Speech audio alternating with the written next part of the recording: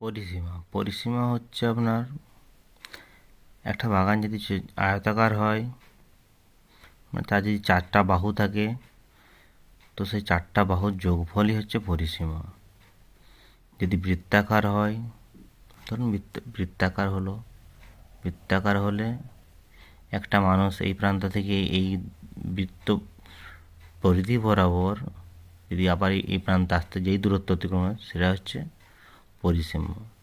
এক ব্যক্তি এখান থেকে শুরু করলো, এইভাবে গেল, এইভাবে গেল, এইভাবে গেল, এইভাবে যতটা পথ অতিক্রান্ত করলো সেটা পরিসীমা। মানে অ্যাকচুয়ালি চারটা বাহুর যোগফল পরিসীমা। আয়তাকার ক্ষেত্রে, বর্গক্ষেত্রের বা কোনো পঞ্চভুজের সব সব হচ্ছে যে বাহুগুলির যোগফলের সমষ্টি হচ্ছে পরিসীমা।